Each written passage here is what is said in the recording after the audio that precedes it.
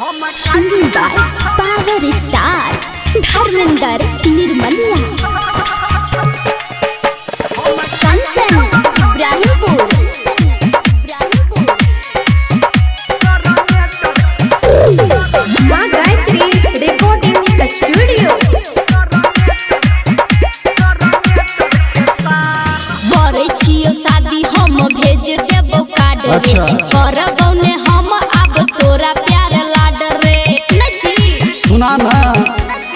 हाँ हाँ करे छियो शादी हम भेज देबो कार्ड रे करबौ ने अब हम तोरा प्यार लाड रे की भेलो रे हमरा घरे में रे हमरा घरे में रे हमरा घरे में सब छै तैयार गे जब हेतौ जय माला हम एबो तोरा द्वार नई डीजे पे बाज देबो ढोलिया कहार हम काट देबो छौरी जनरेटर के तार हम काट देबो छौरी जनरेटर के तार हम काट देबो छौरी जनरेटर के तार आप सुन रहे हैं सावरिया म्यूजिक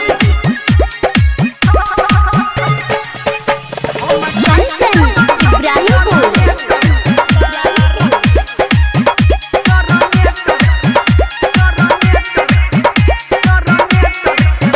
हाँ एना जे करबे तू हाला रे हाँ हे तो तोरे मुंह काला रे बन छौरी घर वाला गे भेटतो नहीं एहन दिल वाला गे सुनै छी हाँ एना जे करबे तू हाला रे हे तो तोरे मुंह काला रे बन छौरी घर वाला गे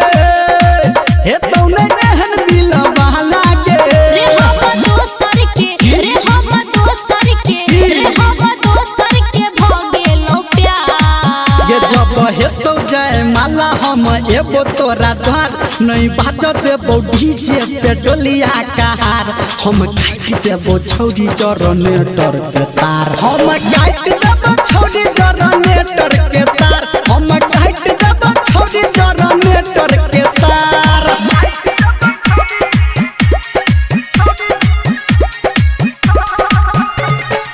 कंचन